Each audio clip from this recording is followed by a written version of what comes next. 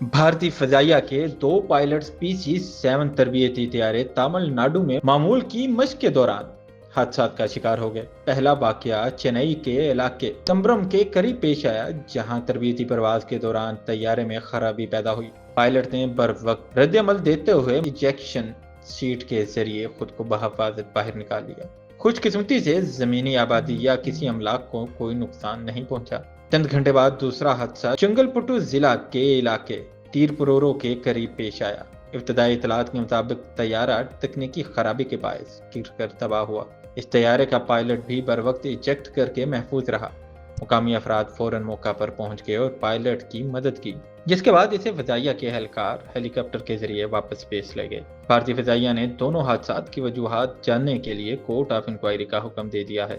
حکام کا کہنا ہے کہ دونوں واقعات میں کوئی جانی نقصان نہیں ہوا، تاہم تکنیکی معائنے کے بعد ہی اصل سبب کا تعین کیا جائے گا۔